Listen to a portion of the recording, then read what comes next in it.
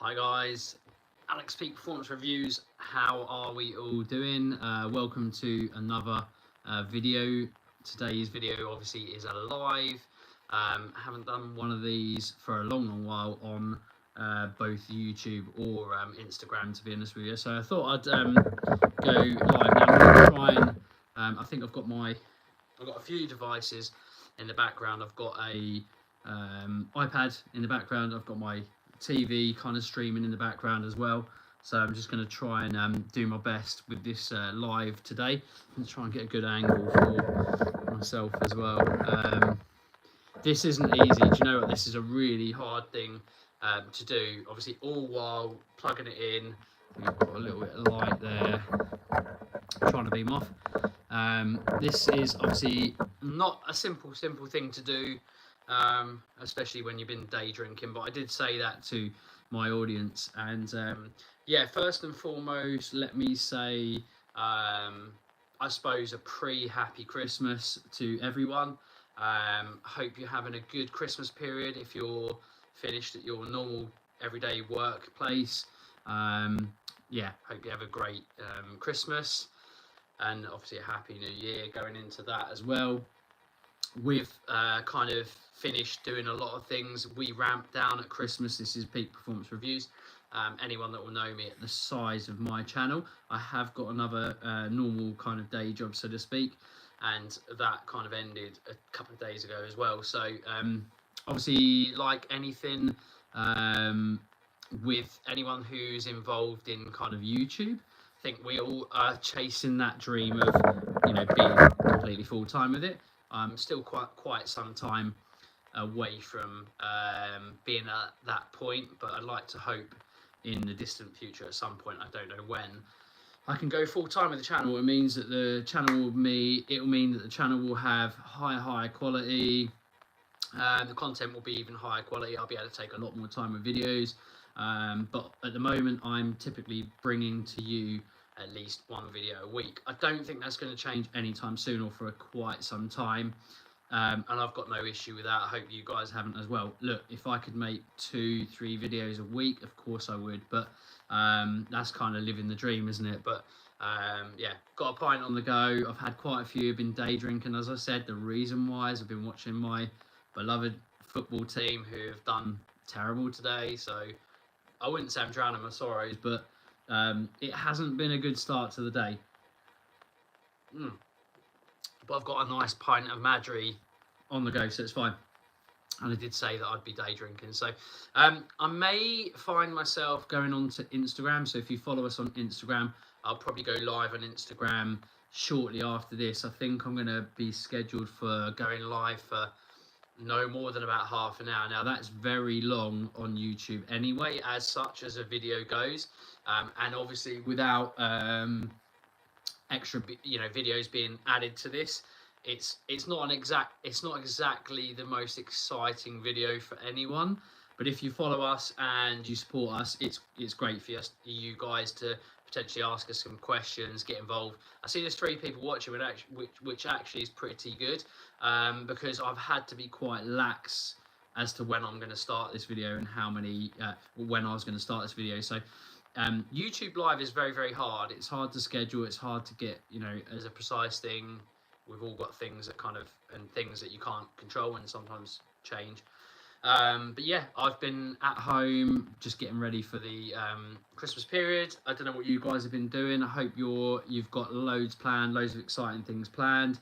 Like I say always, if you've got any questions for us, hit us up in the comment section, in the live section, which is on now, top chat. I've got like the video playing in the background so I can see myself, which is really weird. And I can also see the chat. So if you've got anything you want to ask us, please ask away. Questions, answers, car related, non-car related. Honestly, just ask me anything right now. This is the end of the year. We're coming up to the end of the year. Now, the first thing I'm going to speak about is some of our statistics. Now, I always do one more video, end of year video, which is a summarization of my video, a few questions and answers, and a look at our channel's analytics. When I say analytics, I mean viewership, subscriber count, watch time, all that kind of thing, all those kind of things, because it's good for us to kind of look back on and summarize as to how the year's gone. It's not necessarily as interesting for you guys, but it's quite nice for us to at least thank you guys for being there for us, for kind of being part of that journey of growth. But yeah, so let's talk about that first and foremost. Obviously, the channel has gone from strength to strength over the years, but it's, you know, I've been doing this for, I think, about 5 or 6 years seriously, or at least 5 years relatively seriously. But at that point, circa 5 years ago, I was probably, you know, sitting on around 1,000 subs that you kind of need to get, like, you know, monetization, which is, you know, few and far between in terms of how much you get. It's not a lot. And since that, over the last 5 years, we've really grown. I think my potential likely growth for this year, the way it was going early this year, I honestly thought that we would barely probably hit 5,000 subscribers. So my kind of loose aim, my soft aim, was to get 5,000 subscribers. Thankfully, we absolutely smashed that. I had a hardline kind of subscriber count that I wanted to get to, which was around 5,800 subscribers. We still haven't hit that, but that was my kind of want of getting that was before the end of this year. I've got, I'm going to update it and refresh it now and just have a quick look. Yeah, it's still the same. It's 5,786 subscribers. So if you're watching now and you're part of that subscriber count, thank you so much, honestly. If you're a regular viewer and you're a regular watcher, a regular commenter, is that a really word? I'm not sure. Someone who regularly comments, honestly, thank you so much, because that's part of what helps the algorithm to grow channels like myself, because we're still a relatively small YouTuber, small to kind of kissing the back end of the medium size ish, depending on how you look at it, but we're not like a little casual YouTuber that kind of it's got 20 to 100 subscribers. We're way over 1,000. We're at 5,786. So my soft line figure to get to this year was 5,000. We smashed that ages ago, and then my projected ideal was somewhere around 5,800, and I thought that it probably was going to be unachievable to get, but we've got 5,786. We've got 14 subscribers we need to get in, what is it, like 7 or 8 days. The way it's been going, 5-ish subscribers a day, it's looking very likely that we're going to surpass 5,800, which is really good. My really high end, or very high line figure that I wanted to hit, the start of this year, I wanted to get 6,000. We're not going to hit 6,000, I don't think, unfortunately. I say I don't think. Unless we call upon friends of friends who can maybe share with their bigger channels, it's possible. But I've never been one, it's bad, but I've never been one to do that. I've never really overly been, I don't think it's bum-licking is not the right word, because it sounds out of order, but I've got friends in the industry now who are much bigger than me, and they're friends, but I still don't kind of want to ask people to try to get subscribers of theirs to give me you know, viewship and subscribers out of nothing. You know, I appreciate anyone sharing and stuff like that, but you know, our subscriber size and count is based on probably very much organic growth, which is great. But as I always say, I need to thank you guys so much for that. Yeah, we're on 5,786. Our viewship probably March, kind of February, March time, when I thought that it was unlikely that I would probably get anywhere near 5,000 even subscribers. Our viewship was something around 25 to 30,000 views per 30 days, well, per 28 days. And my highest that I was ever getting was like 35,000, which I was really, you know, decently pleased with. But there wasn't much progress in terms of viewership over the last kind of couple of over the last year, which was a bit of a shame, because obviously as you grow as a channel and your number gets bigger, you'd expect to grow quite a decent amount. And we found ourselves like hitting 30,000 views per 28 days like every month for like a year, and it was a bit depressing and soul destroying. But we really kept at the one you know, quality bit of video every week, a video review typically, or an update video every week without fail. And through that, we noticed that we probably around May kind of time, the channel started growing really nicely. It just progressed month on month, like it was increasing by 10,000 viewship, 5,000 to 10,000 viewship every month, which is really good. And we're now at a point where we're nearly 90,000 views per 28 days. So the way things are going, if we can keep pushing, in a month or two, I suspect we'll be getting 100,000 views per 28 days, which is amazing. Like it's like a little magic figure that I think a lot of YouTubers our size would really be really happy with. And I'm around 90,000 viewship per 28 days at the moment, and that's great. And I'm really happy. It's continued to grow just slowly but surely every month since roughly the month of May 2023. And subscribers, yeah, like I mentioned before, we're getting kind of circa 5 subscribers every day, which is great. It's not where we want to be, not at all. It's far from it, in fact. We really need to get and want to get a lot higher, you know, considering the time and effort and the money even you put into the videos. It's not where it wants to be. We need to grow better, but it is what it is. It's hard. YouTube is very hard. We accept that. Our, you know, YouTubers our size will struggle to get big viewership and a lot of shares these days. So we just have to accept that more than anything. Watch time per 28 days is 1,200 hours, which is just, it's kind of mind-blowing. I find that interesting.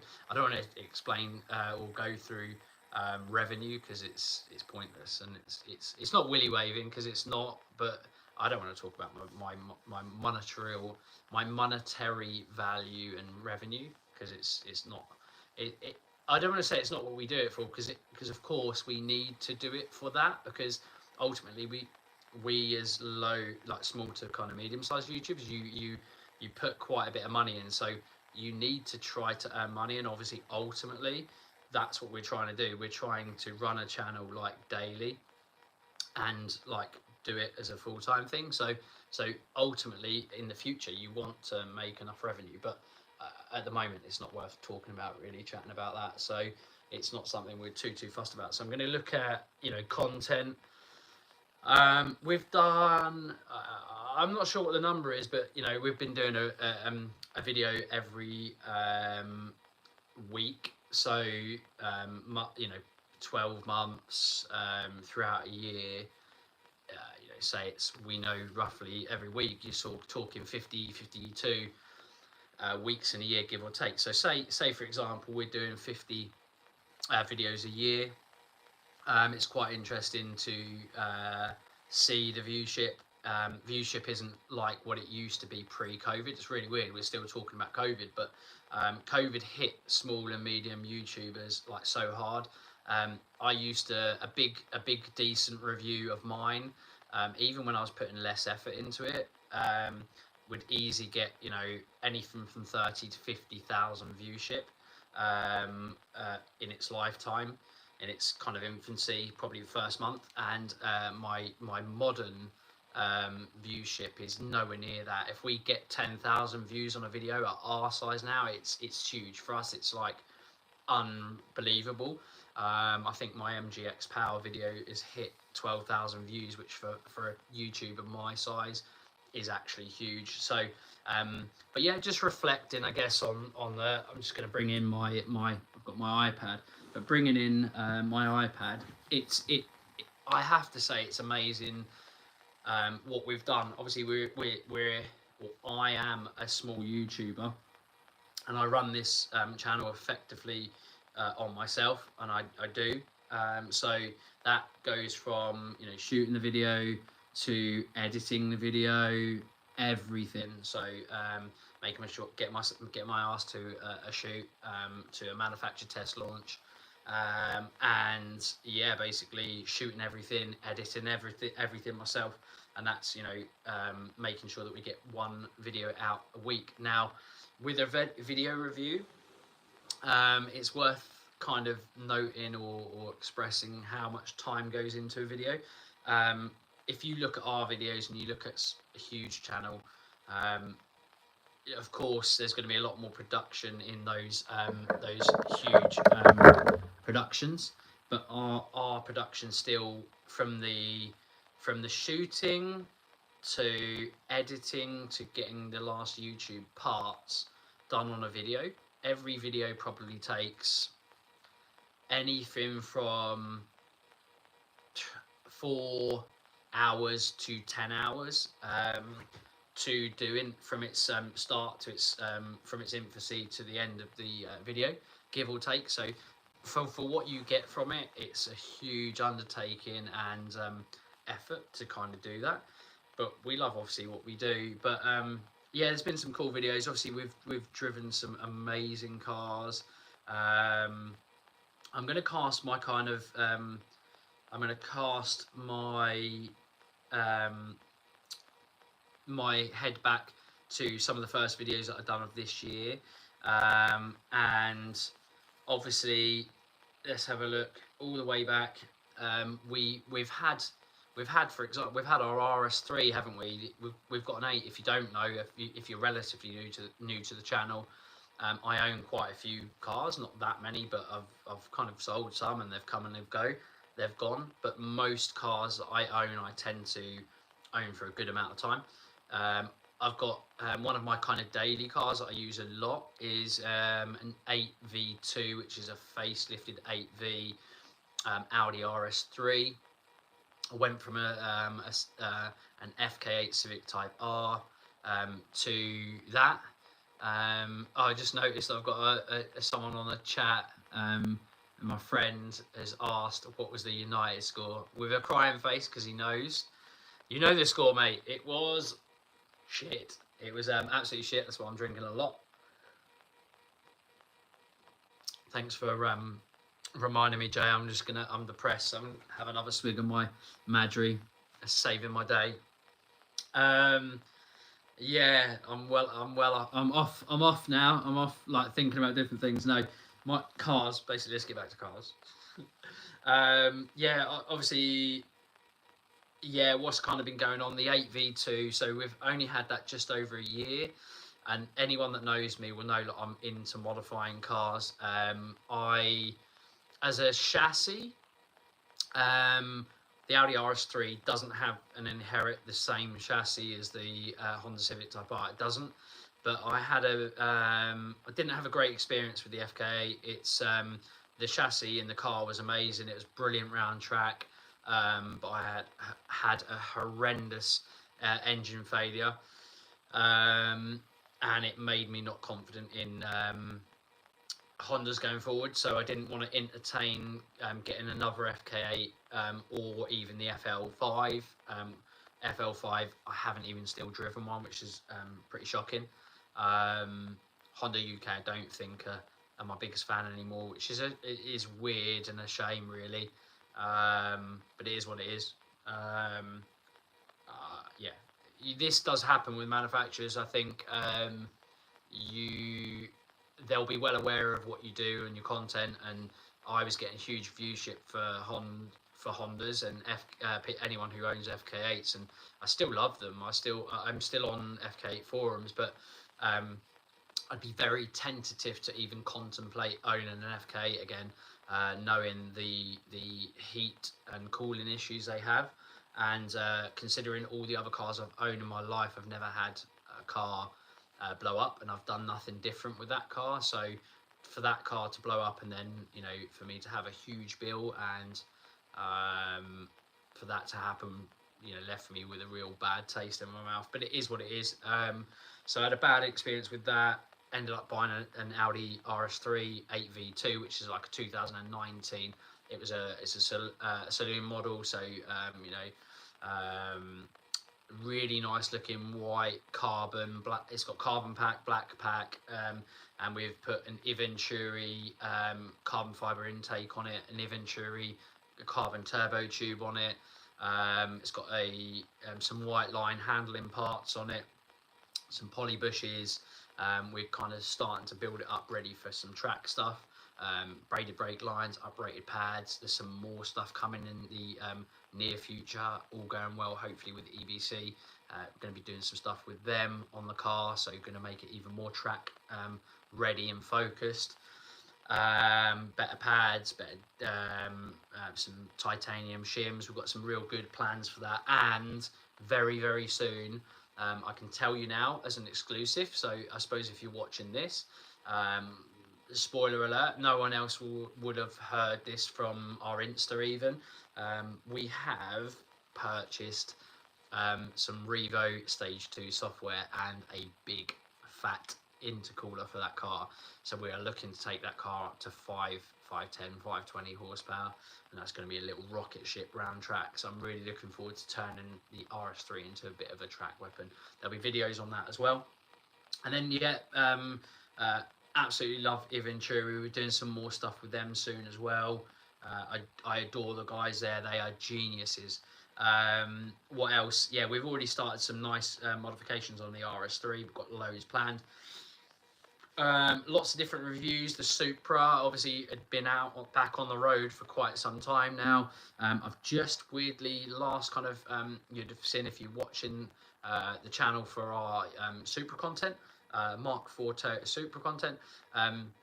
We've had a little fuel pressure issue.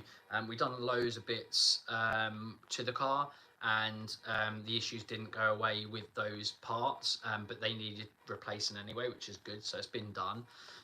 We think we've got like a weird fuel pressure sensor issue.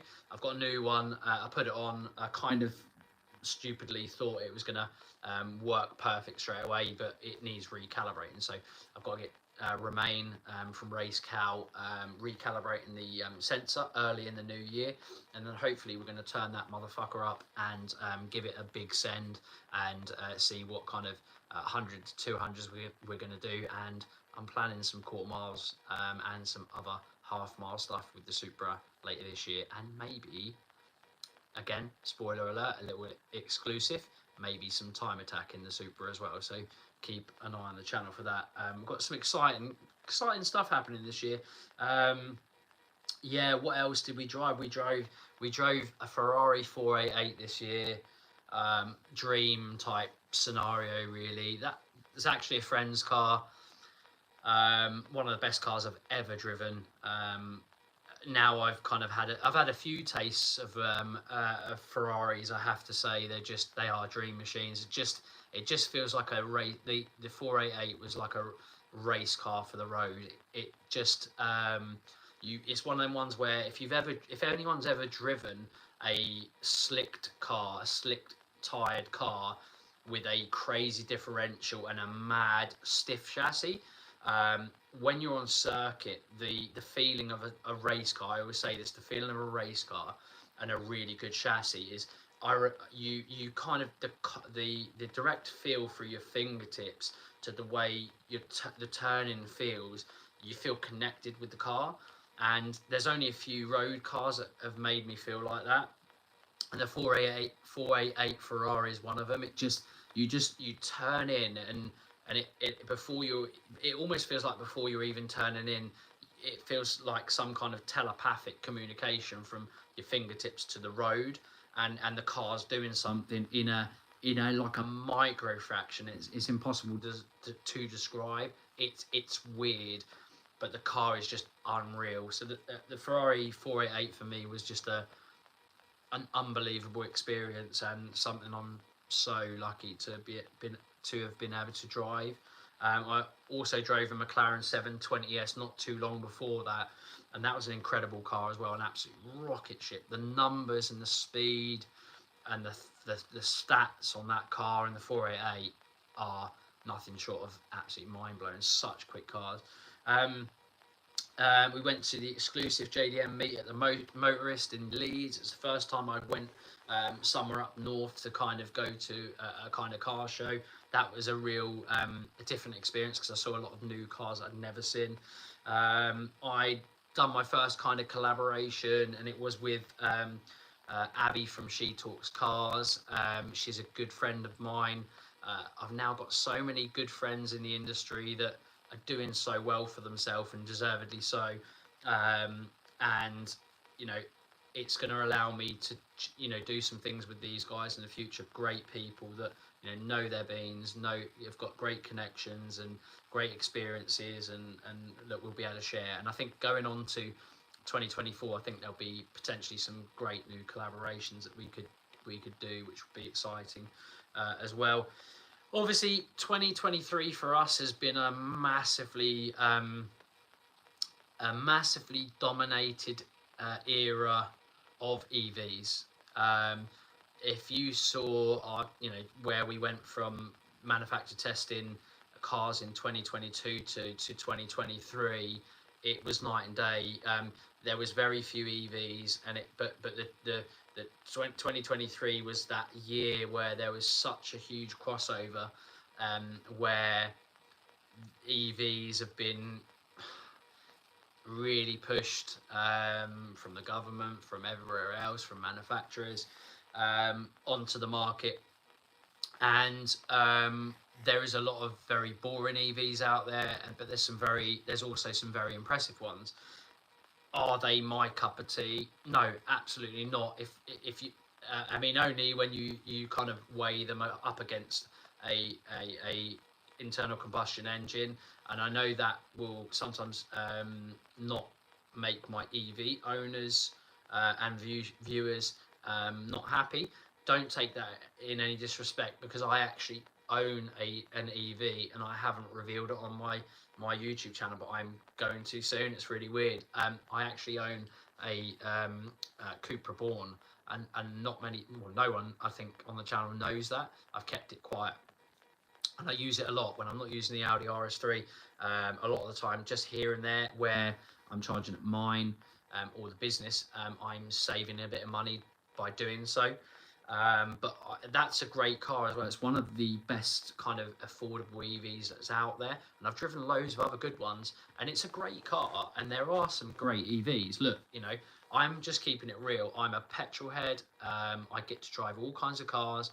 I own an EV and multiple petrol combustion cars, albeit some crazy ones, some really fast all-wheel drive ones, a mental rear-wheel drive one with huge horsepower, way over 1,000 horsepower. I've got an old mechanical Mini, I've got a Range Rover V8, I've got classic cars. So look, I feel like I'm relatively qualified to kind of say what I want to say in terms of that part of the automotive segment. EVs have their place. I don't like them more than a petrol combustion car. I don't. But there's some great EVs out there, and they've got better and better and better. My favourite is still the Taycan. I recently drove the BMW M50 i4 M50, which is an incredible car. It's like an M4, an EV version of the M4, or an M4 EV. It's an incredible car. And I drove some other affordable EVs that I'm going to mention fairly soon as well. Things like the MGX Power, which for the money is a just ridiculous car, and consider it's an EV, and a lot of them were overpriced initially. The value of that car, circa £35,000 for a car that near gives you modern day supercar performance. It's crazy, and actually is quite affordable to run. and if the government done something, they could probably make it even more affordable with the electric costs. It's cool, you know, it's a good different new era, and there's, you know, it's going to come and go in my opinion, and it's going to go potentially full circle. But you look, it's an interesting technology that you know, I think we can get behind to some extent. But there's, you know, other stuff, really awesome stuff happening that's exciting as well, I think, for the automotive world and for petrol heads, which is cool. And talking of petrol heads, let's talk about honestly what my probably favourite car that I've driven all this year, and a car that's probably actually one of the best cars I've ever driven in my whole life, and that is the Toyota GR86. I'm going to do an awards video anyway, which is going to be very summarised. It's going to be after this video, and it's going to be just before release, just before the new year. And it is a spoiler alert. I don't mind even saying it, but it's going to be summarised. There's going to be some nice videos and VT with it, which is going to be better than this horizontal video that you get here.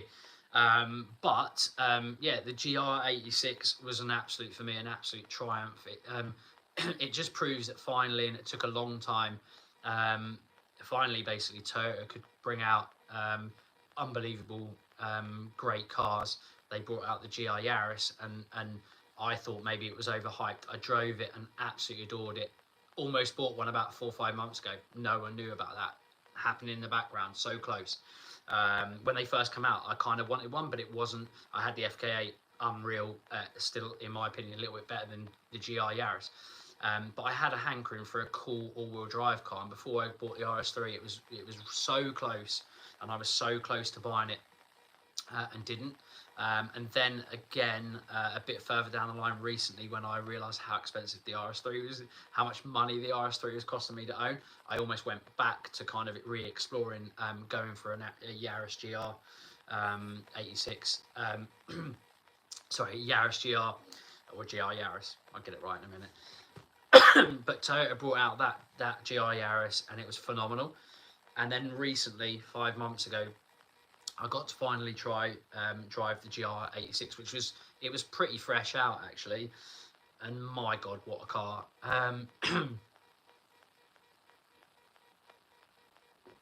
Not often that you grab a beer as it to clear out your throat, but yeah, that car was an absolute triumph. It epitomises the realization that you don't have to have, in my opinion, you don't have to have obscene amounts of horsepower. Now, this is coming from someone with a, you know, an over 1200 horsepower Mark 4 Toyota Supra manual. But honestly, it does epitomise, like, in a world of cars that are now 800 horsepower, or, you know, start life at 500-600 horsepower, 700 horsepower, modified cars that are, you know, 800 horsepower. And you can barely keep those cars on the road, and you can lose your license.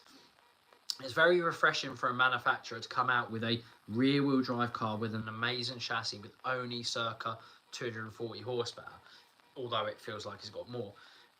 It, you know, circa £30,000, and Toyota have manufactured this car, which is one of the best cars ever made, and that's the new I call it a Mark II GR86. Phenomenal. If you're, I think, in the market, or you're contemplating getting something like that, and you can honestly get one, because I said to someone only last night, actually, I was out with someone, I said that if I had a little bit of circa extra cash, it would be the car that I'd potentially buy. Petrolheads dream, petrol combustion car, it's a modified or higher, a bigger displacement boxer engine that was found in the Gen 1. And now it's got a little bit more horsepower, a lot more capability to be modified a little bit more, and a chassis that just is an absolute gem, to be honest with you. So that was basically one of the best cars I've ever driven in my life. Other than that, I've been out in still a good amount of petrol combustion cars. I drove the new 20 years edition Golf R. Anyone who loves a simple recipe of cars that look after you in everyday situations, you can't look too far past the Golf R. The 20 years edition was just a very clever, good, rounded package, and a car that just Volkswagen just brought it on a little bit more, and it was a great car. It was really, really fun. It had the diff from the new 8L Audi RS3. And it basically is a cheaper version of an RS3, but with obviously the EA 888 engine, which is the 2 litre. So obviously it doesn't have the 5 pot from the RS3, but has everything nearly else that the RS3 has at a much cheaper cost. You know, circa still a lot of money, 45,000 pounds. Whereas the Audi RS3 starts life at low 60s, late 50s, but very hard to get it at that price, and you can be talking up to around 70k, so it's a lot of money. But yeah, we drove, like I say, we drove loads of impressive EVs. We also drove still a few petrol combustion motored cars, which was really, really good as well. Just had RS Jamie on the chat, which is really, really good. Just looking across there. Hi Alex, Merry Christmas to you and Charlie. Hope to see you both in 2024. 100%. Jamie, if you're ever up for wanting to do anything, whether it be a social thing or a YouTube thing, give us a shout. You're an awesome person, and I love always seeing your posts and stuff like that. And yeah, if you ever want to connect in any way, shape or form, let's definitely do it in 2024. Life's too short. It's really hard. I know we're all busy, but yeah, let's all get together and definitely do something in 2024, 100%. And yeah, Merry Christmas to you and Happy New Year, and love to you. Yeah, so what else? I kept on talking about the Supra. Obviously had some issues. We were always evolving it, doing little extra bits on it. No plans this year, which is or the coming year. I say that I don't think I have any plans to take it up to higher horsepower, because anyone who's watched the channel will know, or probably should know, that the car basically hit around 1200 horsepower plus on race fuel, but we never got a chance to run it on the highest setting. So I think we ran it at probably around 800 horsepower, and I've never run it any more than that. So I've done some 100 to 200 pulls, and they were like, I think 6 flat, and that was on the lowest setting on race fuel. So we've got 400 horsepower to go. So that car, the Supra, when I turn it up on the K16 on the race fuel, should be an absolute rocket ship. So I feel like I want to hone and improve all the good bits that are already on it, and utilize it and enjoy the full power this year. And then going into 2025, I might start tickling the top capability potential of the crazy built motor that's on that car. If you're unaware of that, guys, if you haven't followed the channel enough, I'm going to do a build recipe video on that car. The motor on that Mark IV Supra of ours is built for about 2000 horsepower. I'm not kidding you. I must have spent £45,000 on the short block on that car. I literally, it's ground up built. It's insane, and it is built for about 2000 horsepower. So if I take that up maybe in 2025 to 1600, 1700, 1800 horsepower, which I have a hankering for, and anyone who knows me will probably know that I probably will do that. Yeah, I might do that basically, but we're going to explore that, I think, at a later date. Other than that, like I say, lots of EVs driven, loads of really impressive cars. One other noteworthy car that I absolutely adored was the Suzuki Swift Sport 1.4 booster jet hybrid. What a car! It again, it's a bit like the GI Yaris and the GR86. Just perfect power. Apparent 128 horsepower, but definitely had probably more near 150. Had proven that it had, I think, 141 brake horsepower without the hybrid motor kicking in, so it's definitely circa 150 horsepower, loads of torque, and the chassis is just beautiful. Just such a good car, such a fun car to drive fast. The Ranger Raptor, that was a car that really surprised me. It's not normally my cup of tea, those big cars, but that was great. That was great fun. The i40 M50 as an EV reminded me like how good a very good EV can be, much like the Porsche Taycan. Very impressed. That was a great car. And then the Smart Brabus and the Jeep Avenger Electric, great little cars as well. Like I say, EVs have come on a lot. Look, they're not quite at the level of where I like my amazing petrol combustion cars, but they're very, very good. So yeah, it's been a good year, and yeah, I think more than anything, guys, I'm going to ramp it down and pretty much finish it there. I wanted to get live because I haven't been live for a while. It's a bit of a different video. It's going to be a nice end to the year pre-Christmas. And I'm going to give a summarization and do an awards video before the end of this year.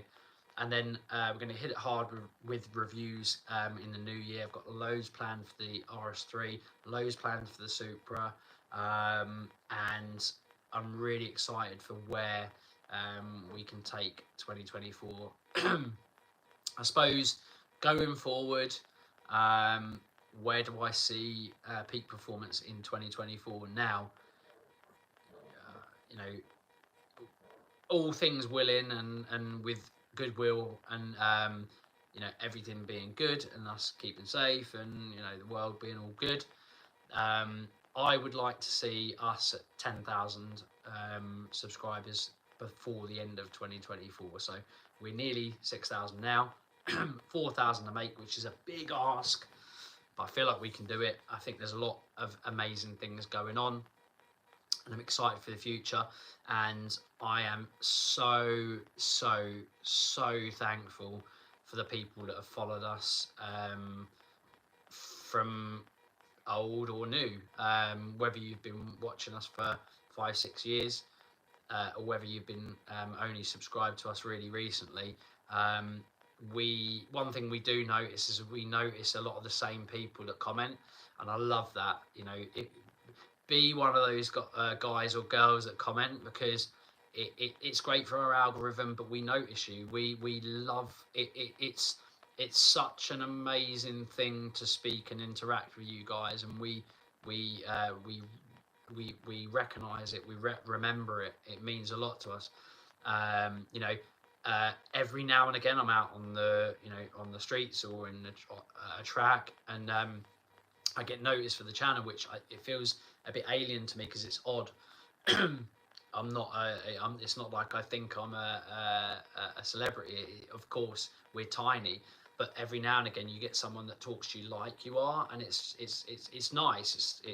It's odd, it's nice, it's amazing, and we appreciate it, and we appreciate you. So anyone who's been involved in viewship, in commenting and subscribing, it means a hell of a lot to us, more than you even realize. And through that, as we get bigger, we want to do giveaways, we want to recognize more people, and see what we can do for you guys, because obviously as a thank you, as a small channel still, it's quite hard, but we definitely will do in the future. Keep commenting, keep subscribing, keep following, sharing, etc. And we do see it. We see you, and we honestly appreciate it from the bottom of our heart, and I promise you that.